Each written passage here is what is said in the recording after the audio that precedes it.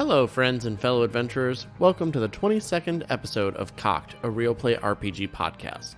I'm Alex Reed, the DM of Cocked, and your guide to the Lands of Manassas. Since we ended last episode with the party in combat, we're going to skip the usual introductions. Last episode, we left off as the party members began going down, and instinctually, Aegard attempted to transform into a direwolf, but due to his wild magic druid circle, his transformation did not go as planned. We ended when Aegard instead turned into a giant adult Kruthic. We resume as Aegard finishes the transformation. Oh gosh. This is so stupid. Oh no, it's not. Oh gosh, no, it's not. Aegard turns into an adult Kruthic.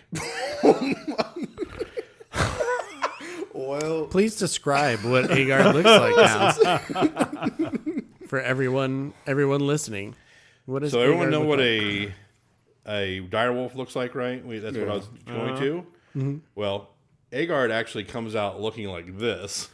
Oh my god! It disappeared. Oh shoot, shenanny. This? Yes. Hold on, let me open it bigger. Oh my It is god! Yeah. Looks like an arachnid from Starship Troopers. I was gonna say it looks like the creature from The Witcher Oh my god!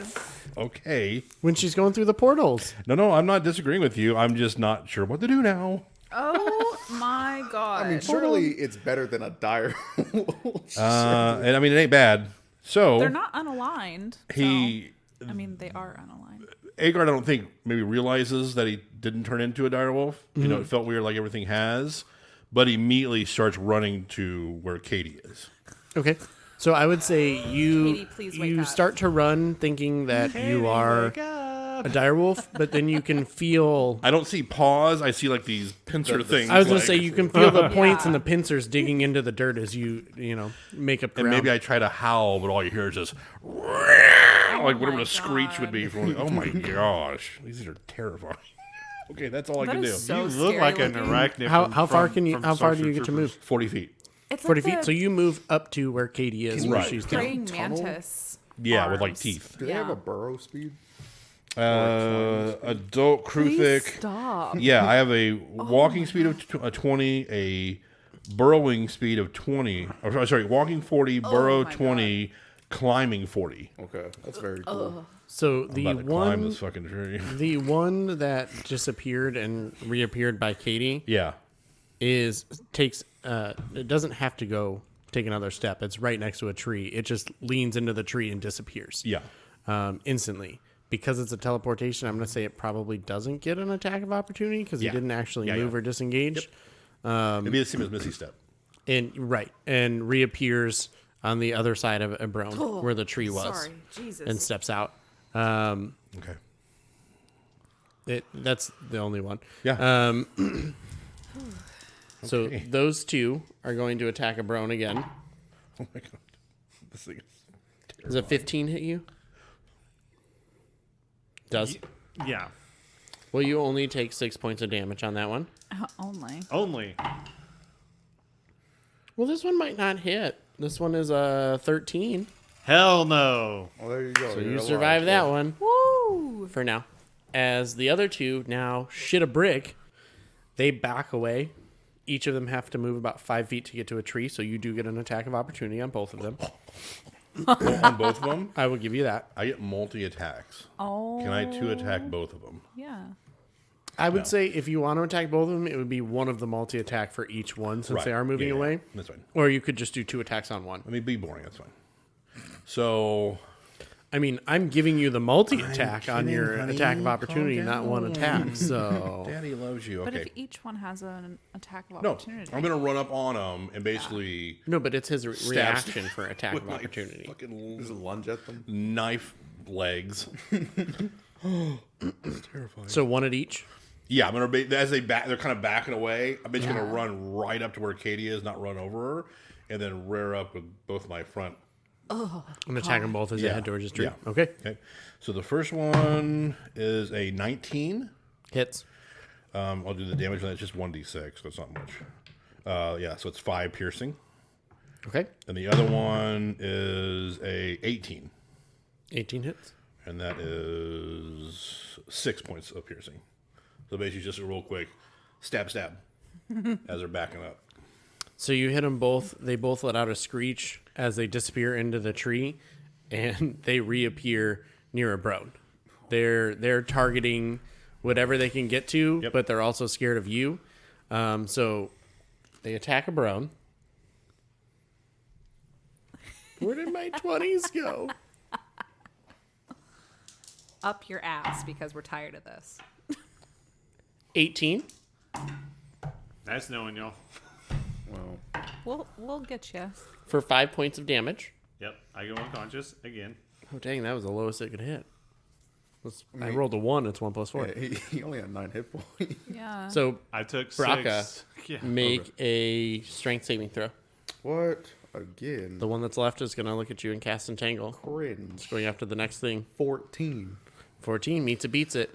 So as this happens, you see these vines start to come out. You saw a Kruthic dart across Yeah. the battlefield. I kind of get Braca's thoughts on... Yeah, Braca seeing that he was the Entangle probably caught him really off guard since he was like really just like awestruck at not Ebron, Aegard turning into this abomination. Oh my god, I can't even imagine. And so as you see Ibron fall, right next to the tree, there's this burst of bright light. Just some of the brightest blinding light you've ever seen. And in that moment, the 4 Dryads that are standing around Ibron, you hear this screech as they just turn this bright color, and it's almost like they explode from the inside out as a... Was it Alfred? Maybe it's Alfred. No, Alfred hasn't We moved. don't have that luck. Yeah. Alfred would be talking if he was... As conscious. a...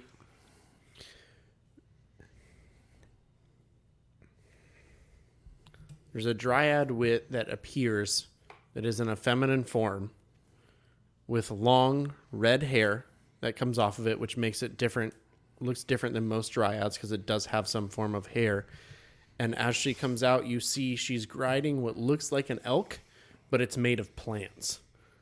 As a conclave Dryad comes out of this large tree and just eviscerates all the black Dryads around her within a 60-foot range.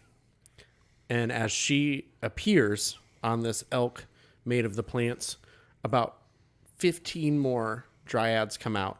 However, these Dryads aren't purple and black like the previous ones.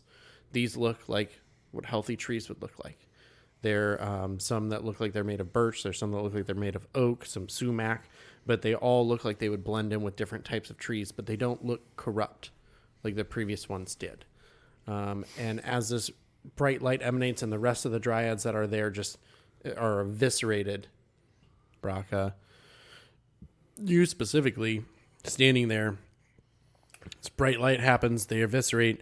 As you look to your right, you can see this giant Dryad on top of an elk made of plants. And as you look around, you see a couple other Dryads step out. They look at you, and then they look to all the corruption around. And they start to scan and look for any other Dryads. The one in charge looks at you, looks straight down, and she says, "You, stay put. We will not attack you.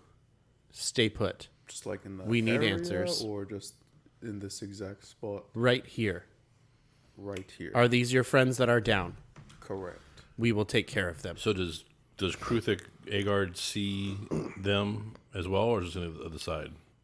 It's at this point, after she has this conversation with Braca, she turns and looks and she sees the Kruthic, and she does start to get defensive in a stance. And I'm going to say Kruthic Aegard, would whatever a Kruthic sounds like, would let out some sort of like, basically standing over Katie, like protecting her, but like let out whatever horrid screech this thing lets out. Braca will say, that thing is one of my friends too. it's with you. Well, it's not what he normally looks like. He's a big furbolg. normally. And she looks at at this point you've seen about 15 Dryads step out from this big tree with her. She points to two of them and she directs them towards Ebrone's body. And she lets them know, and you see them go over there and they start to do that. And as you see, they start to basically lift the body up. You can see these vines coming out of the ground as it kind of lifts him up on a pedestal, and one of them kind of reaches down and touches the chest of Ebrone, and you get 20 hit points back. Wow. Damn. That's great. This is a paladin dryad. Yeah. So has he lay on hands. And then Lay them hands on me. she approaches, she directs 3 to approach Katie. She looks at you and she says something in Sylvan, which can Brock understand Sylvan? I'm gonna say in Draconic, I can't understand you. Okay. She can't understand you either. You know. You understand All the words that language come out of my barriers. mouth? She has common Elvish and Sylvan. So in Sylvan, she directs 3 to head over there. Can Kruthix understand Sylvan? I would still. Mentally, it's still Aegard, so he would So be you able can to still understand. understand that? So you hear her say, approach with caution, get her on her feet. Can I roll insight on that? Mm-hmm. Okay. Because again, it's still mentally Aegard. Because they're going at the same time. So Yeah. Ebrone hasn't gotten up yet either. They're Right. At this point, they are approaching, getting I just ready know to I've do had that. some trouble with Dryads. That's all Aegard knows. He's had some trouble with Dryads Absolutely. recently. So he's a little... I just want to see if... Now, these Dryads look nothing like the ones you just fought. I know, but still. That is... Aegard's still very defensive. He's kind of... Again, he's not like digging into Katie or anything. All his gross legs are around her, and he just kind of lowers down and is, I would say, maybe like hissing at them as they approach. Okay. So you get down and you start to growl and you start to hiss. Mm-hmm.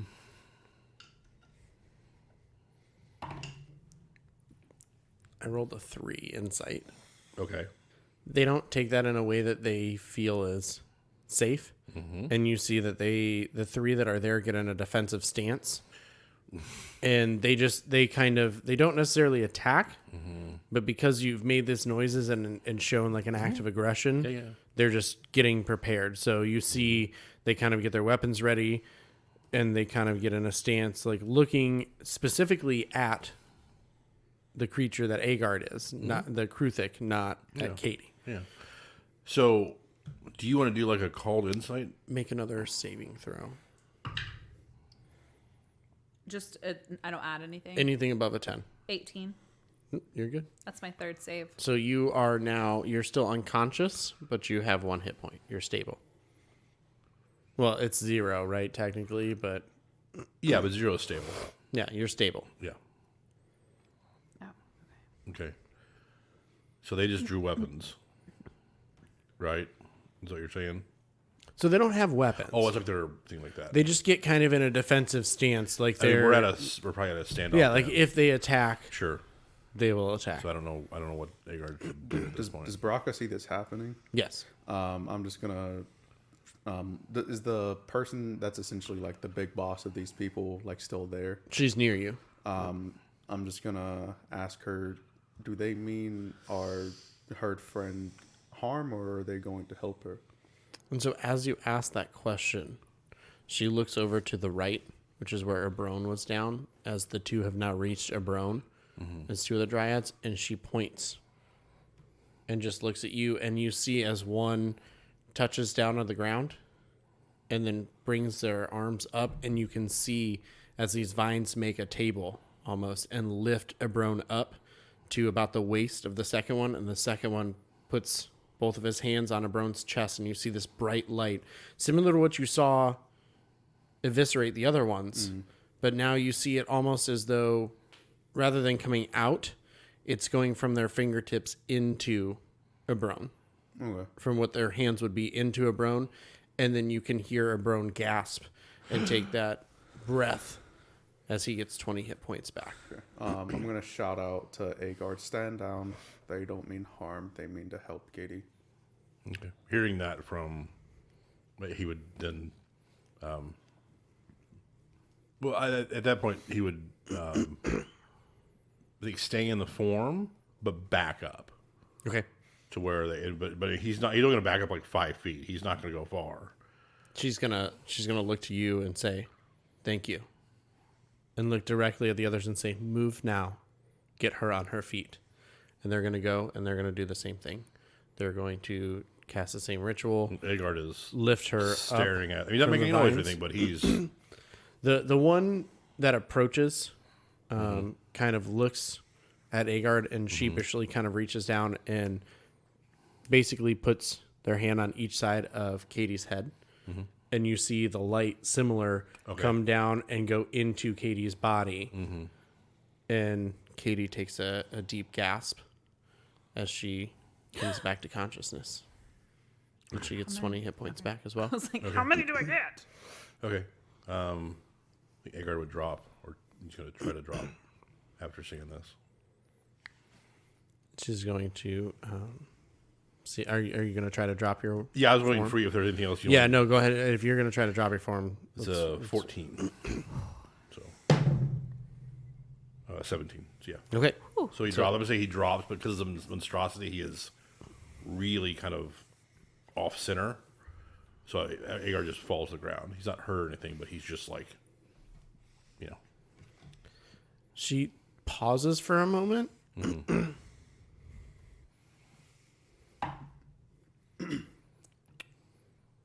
Almost like she recognizes Aegard, or Aegard looks familiar to her Okay. for a moment, and she kind of looks, and then she snaps back to Braca. Brock at this point, he like just like, kind of just sat down on the ground and like put both hands behind him, like propping himself up.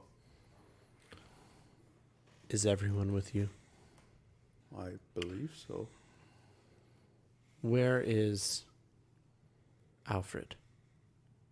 Oh, Brock didn't see him. Yeah, he hasn't seen enough yet. I don't know. A Brone who's semi-conscious just points because I've seen him at the quarter point from where I was without saying anything. I just snap my fingers and just point because I'm just too exhausted to do anything other than point. I guess that way.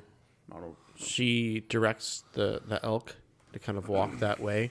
And the moment she sees Alfred, she jumps off and sprints over to where he is. And you see the other Dryads that are around look confused and immediately go to a defensive stance around her and around the actual tree that's sitting there. She runs over and she starts to pull on those vines. And you see that as she grabs them, that light that you've seen quite a bit that they emanate is now tearing away at these vines. And as she gets it all off, you can see Alfred's chest is rising and falling. He is unconscious, but stable. I did roll for him at the beginning of the fight. I rolled an 18, a 16, a 3, and a 14. Yeah. So he was able to be stable, but he was out for the fight. Unless the only way was if you healed him. And I was like, man, if he heals him, like, it's going to be crazy. He wouldn't have stayed up for long either way. Like, I can't heal for a bunch. Well, he would have gone invisible and disappeared for a little while. That's true. Brocco's gonna shout at the Dryad, or not shout, just say to the Dryad, "Do you need help revitalizing him, or do you got it?" He will need more help, but I can get him at least on his feet. And Ebrone and Aegard can understand. Well, you guys are a good distance away. Roll a perception. It's going to be a high perception. 26. Yep, you can hear it. 22. You can hear it too. Well, yeah, because I'm not far from Alfred. Because I'm where Katie is, and Katie never moved from where we were. Right, so you're, we were you're right still there. about 20 feet. You're not super Okay. far because Okay. he was kind of towards the back half of gotcha. the tree. So as you moved around, you could see him. But yeah, you guys are nearby. But with 22 and 26, I said hard, which meant like 15 or 16. So Gotcha. you guys blew it out of the water. So you hear as she gets down, she puts her head to Alfred's head. And now you can see that same light rather than through. It's almost like there's a connection from their foreheads. Sure. And you can hear her and Sylvan say, "My friend, it's not your time. Your family needs you. The conclave needs you. The council needs you. Do not go. Fight." And it's at that point that you hear, and he kind of opens his eyes, and you hear him as Alfred looks up, and he kind of blinks, and he goes, "Polyphony, are you really here?" And she kind of puts her hand on the side of his head, and she says, "Yes, friend, I'm here. You're okay. They're trying to attack the trees, but we're taking care of it." And as you look around, you notice that in the spot that each one of those dryads had died, there is a small stone, similar to what you guys have collected before. The purple and black stones. Okay. She hasn't picked up on that yet. She's just talking to Alfred, but with your passive perception specifically, you can see that. I'm going to say you guys roll with advantage for perception, whether or not you three see it, because you guys know what the stones are. Natural 20. You know it. Natural 20. Jesus. Damn. It's like the fourth or fifth one? 15. 15? You see it. So you guys all, as you start to look around, you realize that there are reflections on the ground. And as you guys kind of get closer to it, you can feel that uneasy feeling that you had felt walking towards him. Aegard feels that. As long as you don't pick it up, you're not going to feel sick. Or like directly contacted or Right. But you guys do sense that this is very similar to what you guys already have, or what Alfred has in the bag. how many does Alfred have? 4? Alfred has 4. And how many dryads were there? 6? There are 7. There's 7, so there's 7 stones, right? So what he believed to be a baseball-sized stone, which obviously he doesn't know what a baseball is, but for us, Right. the size of a fist, Yeah. right, was actually a couple different small ones in the same area. Does it look like are they like just like spherical, or does it look like they were like broken off? They're different jagged pieces. They were, so the way that they grow in like the walls and in the floor and that in the caverns is that they are a very hard stone. They're very much like almost like a diamond, right? It's very hard to cut them, but when they break, they can shatter. But these are all pieces of what you've been looking for. They're different. They're smaller, and they are all different sizes, but Yeah, because there's a good amount of them here. Because Brock was wondering, since there's like multiple pieces, if they like form one like somewhat larger piece. You have to pick them up to put them together and figure it Who out. has the thing, that like cloth fabric? I think I do, right? Yeah, the lining from the box that we got from. Yeah, you guys kept that. You just gave Alfred the stone, and then Right, we you kept had the the cloth. cloth back. Yes. Brock is gonna go around and just collect with the cloth fabric thing, and like collect the pieces and just like put them all in one area. So as you get them all and you collect them all in one area, you do notice that some of the darkness that was around is starting to come back in with life almost instantly. You feel like, well, roll an insight and see how much you'll get from this because you're walking around with them. 17 plus 3, 20. Okay, so with a 20, you're walking around, and as you brought them all together, you can see as some of the life starts to come back, you feel like the black trees were being created by the Dryads, and these Dryads had been embedded, so it was intentionally embedded in them and turned and corrupted to start to try to turn the Violet Woods into the next place that the Sisters of Night would invade. As you've already figured out based on where the hut was, this was on past the hut on the way to Evorgos. So this is still traveling towards where all the odd things have happened. And along the way, you've now found something else that's even stronger than what they had at the hut. Like they were trying to create something, and maybe you get the feeling that they may have been trying to do a similar clearing where the hut was. You just stopped them before they were able to get the Dryads corrupted in that region. Right. Do we don't have a map, do we? I don't think we have a map yet. I thought you guys had a map. We did. Ringed Flame gave you Ring guys a Flame map. gave us one. Is it like of the region? Yep. Okay. So Brock is gonna pull out the map, and he's just gonna with just like an ink pen, just like circle or like put like essentially like a dot in the other, like in this area and the area that we were in that had the witch's hut and the farm area. Just all the places we found a stone so far. So you break out like a quill and Yeah, yeah. I mean, you know. No, I got it. You just hear, what you marking? As you look over and you can see Alfred has, now that he's breathing and like it's up, he seems a little recovered. He's literally laying on his belly with his legs out behind him and just propping himself up with his front claws things. Can Aegard really quick do something? Mm-hmm. So Aegard fell. He stands back up, and Katie is, has 20 points, but he still he knows that you're not full yet, so he's going to cast Cure Wounds on you real quick to give you a little bit more, and that's going to be 6 more hit points Thank you. to you, and then he'll approach Alfred. Baraka's gonna let out like a little like sigh and then just ask Alfred, do you know any other locations you've seen a stone?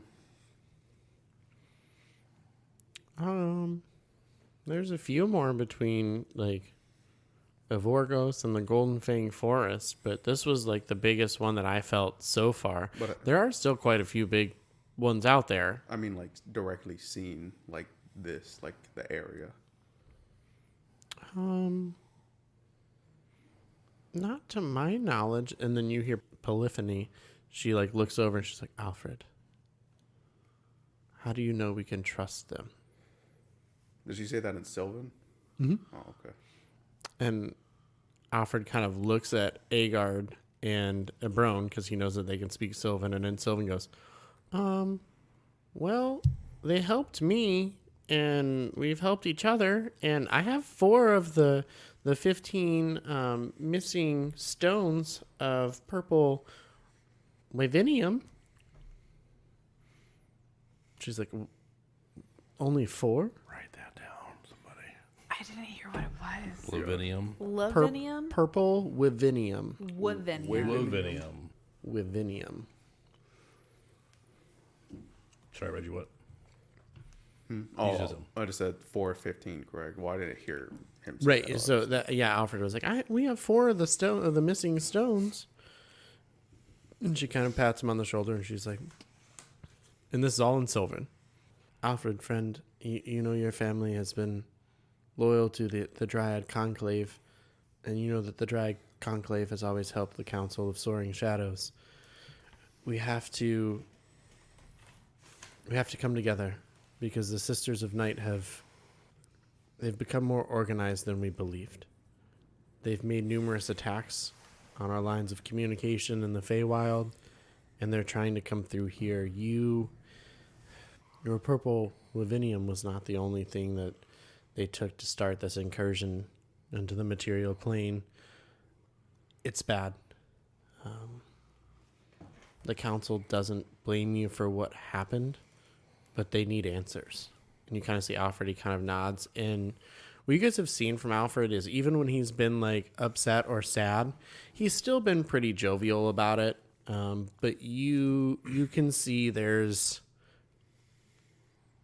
quite a bit of regret and depression on his face when she says this, when she says the council need answers. And Alfred kind of hangs his head and he just says, it's not anybody else's fault but mine. My family left and I told them I could take care of the cave, and these people came and just wanted to see the stones, and I'm really sorry. And Polyphony kind of nods and she looks at him and she says, Alfred, You know that your family is known as the Wardens of the Deep for a reason. You're a horde. What you protect. Those are some of the most dangerous things. They can be used for great harm against others. And Alfred kind of nods. He's like, I know. That's why I came here, to try to make things right. And she looks at him. She says, Alfred, you've been gone for 4 years now. And his eyes get big, and he looks at her, and he goes, 4 years? No.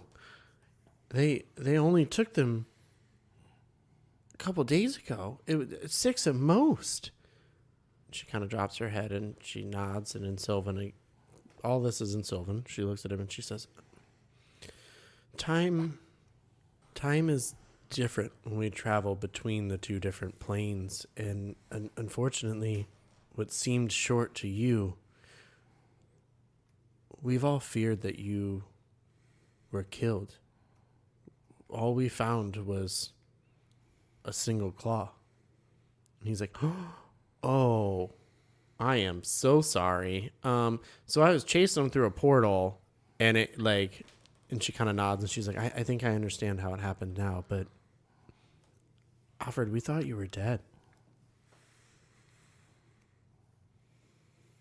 And they just kind of sit there looking at each other, and it just kind of, all of this is sinking in between those two.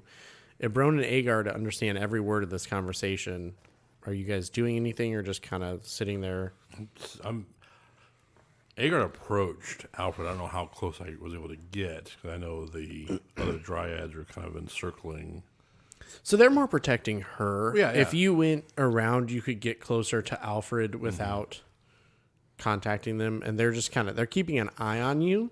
Yeah. If you did anything that looked like a threatening motion, they might do something. But if you're just stepping and approaching, they're just gonna kind Aegard of would keep look a at weary Alfred eye. and maybe like a pause in their conversation, because he's been listening. Yeah, there's a pause right here. Yeah, So he just, Alfred, friend, are you okay? where are my manners?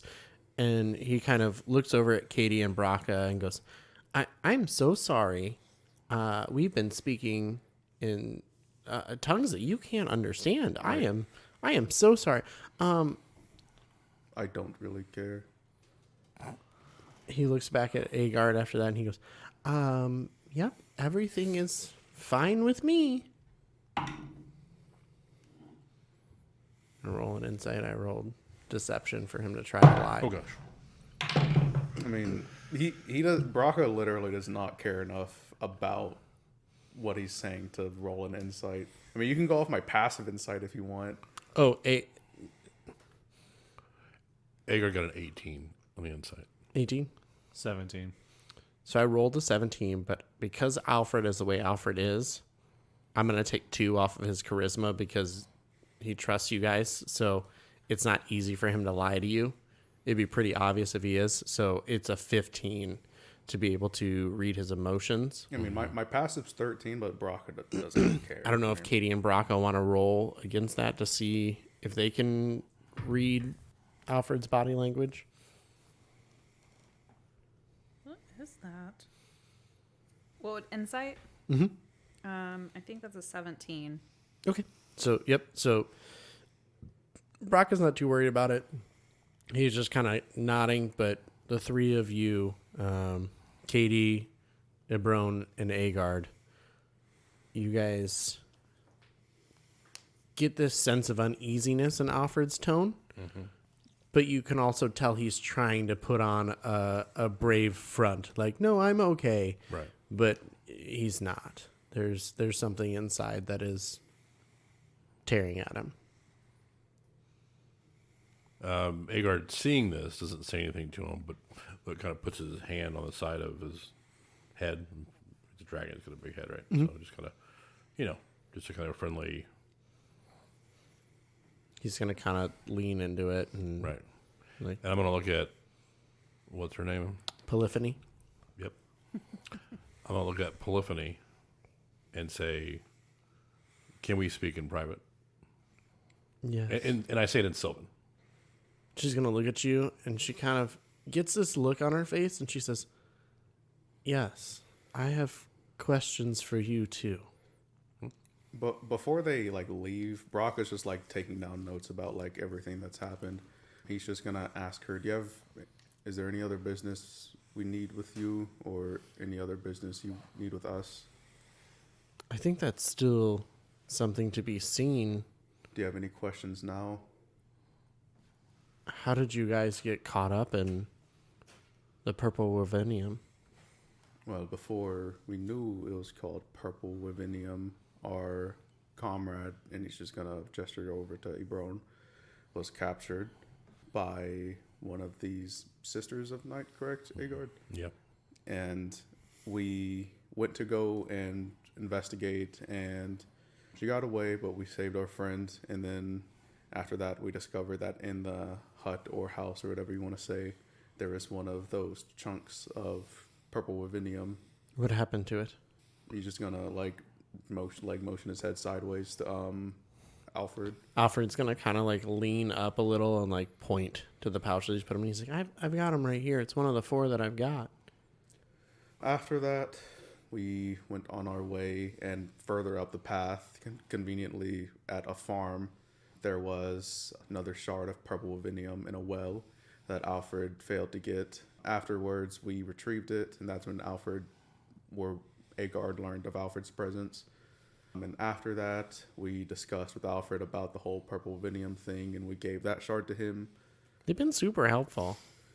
And after that, we were on our way once again, and Alfred was sensing the presence of another shard, and that's when we came over here.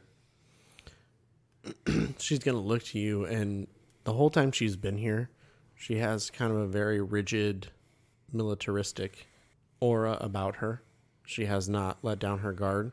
Polyphony's gonna look at Braca, and she's gonna point to the shards that are on the ground and say, "And those?"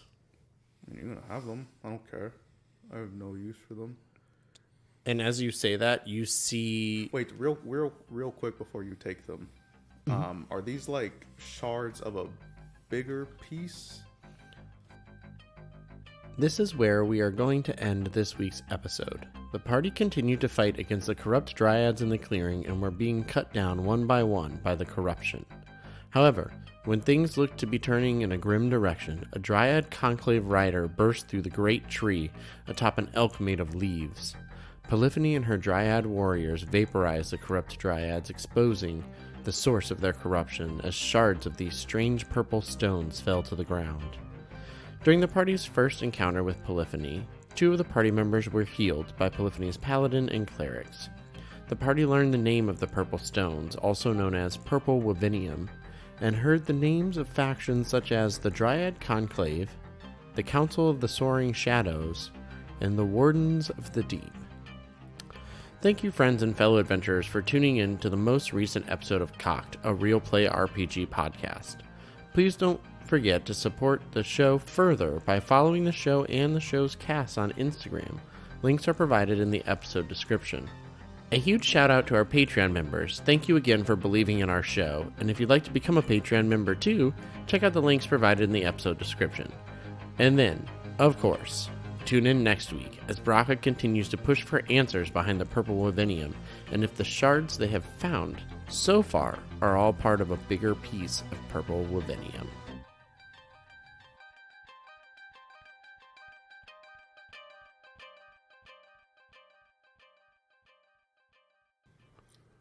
They both attack. Right, I understand that. If and I'm you saying go I'm rolling this towards way- one, but then if I do my rep weapon, that one's in front of the other one. So how does it hit? If it's a cone of effect, it hits. Is that too much anything in that- rationality in for that this cone. game? Yeah, you're adding Sorry. way too much Yeah. physics to Ooh, D&D. sorry.